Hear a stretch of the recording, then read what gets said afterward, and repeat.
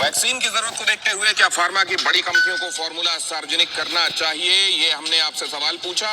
और इसके बाद अब देखिए, ये है वो खबर। Principal scientific adviser V K. Paul का बयान, कोरोना की तीसरी लहर हर जगह नहीं आएगी, पॉल ने कहा।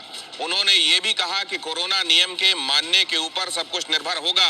कोविड एप्रोप्रिएट बिहेवियर, जिस पर लगातार जोर दिया जा रहा है, अगर हमने सावधानी बरती तो तीसरी लहर को हम रोक पाएंगे। और जहां लोग जितने सावधान होंगे उस सोसाइटी में उतना कम देखने को मिलेगा, और जहां लोग जितनी असावधानी बरतेंगे वहां इस लहर का प्रभाव उतना ही खतरनाक होगा। मतलब ये कि तीसरी लहर को लेकर ये समझ हमको बनानी चाहिए। वैज्ञानिक चाहते हैं कि हम ये समझें कि तीसरी लहर का मतलब ये नहीं है कि सब जगह ये लहर आएगी ही आएगी। तीसरी लहर वहां आएगी जहां हमसे लापरवाही होगी। तीसरी लहर वहां आएगी जहां हम वैक्सीनेट नहीं हुए होंगे। तीसरी लहर वहां आएगी जिस एज ग्रुप को अभी वैक्सीनेट नहीं किया गया है। बहुत सारी बातें हैं जिस पर ये निर्भर होगा कि तीसरी लहर कहां आएगी और कितनी आएगी। लेकिन सबसे पहले आइए ये देखें, आज का सबसे बड़ा हथियार जिसको कहा जा रहा है वो वैक्सीन को कहा जा रहा है।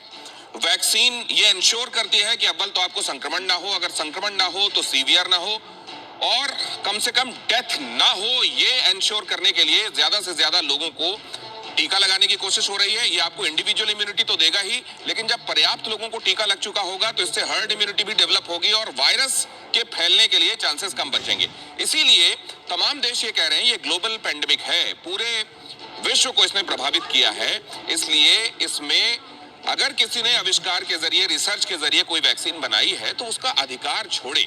क्या है इसका मतलब, वो हम आपको समझाने की कोशिश करते हैं। दुनिया लाचार, छोड़ो टीके का अधिकार। भारत के साथ खड़ी हुई अमेरिकी सरकार। असल में दक्षिण अफ्रीका, भारत समेत करीब 100 देश ऐसे हैं जिन्होंने अमेरिका से कहा था कि आप इस पर अपना पेटेंट छोड़िए, वैक्सीन के पेटेंट को कम से कम सस्पेंड कीजिए जब तक हम इसको पकड़ नहीं पाते और वायरस को कंट्रोल नहीं कर पाते। जैसा मैंने आपको बताया, भारत, दक्षिण अफ्रीका समेत 100 मुल्कों ने यह बात अमेरिका से कही थी। वर्ल्ड ट्रेड ऑर्गेनाइजेशन में पिछले साल भारत और दक्षिण अफ्रीका का यह प्रस्ताव गया था। यूरोपियन यूनियन भी इस प्रस्ताव पर विचार कर रहा है। हालांकि अमेरिका ने अपनी रजामंदी जता दी है। प्रस्ताव स्वीकार हुआ तो डोसेज का उत्पादन ज्यादा होगा, क्योंकि किसी एक के पास इसका अधिकार नहीं रह जाएगा। और अगर अलग अलग कंपनियों के पास जहां ये प्रोड्यूस हो सकती है वहां ये अधिकार जाए, वहां ये तकनीक जाए, अगर ये लाइसेंस उनको मिल जाएगा तो ज्यादा तादाद में इसका प्रोडक्शन हो पाएगा। जितनी जल्दी इसका प्रोडक्शन हो पाएगा उतना जल्दी लोगों तक ये वैक्सीन पहुंचेगी, उनको लग सकेगी, इंश्योर होगा। और जितनी ज्यादा इसका प्रोडक्शन होगा उतना इसकी कीमत भी कम आएगी। कंपनी क्या कह रही है, लेकिन कंपनी का दावा है कि ऐसा अगर हमने कर दिया, हमने अपने अधिकार छोड़ दिया, अपना पेटेंट छोड़ दिया, तो इससे नकली वैक्सीन बहुत बनने लगेगी। उसकी जिम्मेदारी कौन लेगा? वैक्सीन कंपनियां इसके खिलाफ अदालत तक जाने का मन बना रही हैं। वो ये कह रही हैं कि हमको ये मंजूर नहीं है।